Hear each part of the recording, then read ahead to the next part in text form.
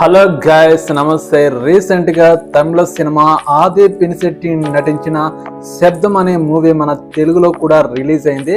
ఈ సినిమా చాలా బాగుంది. డైరెక్టర్ ఈ సినిమాని నడిపించిన విధానం చాలా బాగుంది.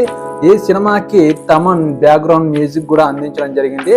ఈ సినిమాలో పాటలు కొంచెం యావరేజ్ గా ఉన్నా కానీ ఈ సినిమాలో మాత్రం బ్యాక్గ్రౌండ్ మ్యూజిక్ మాత్రం ఈ సినిమాకే హైలైట్.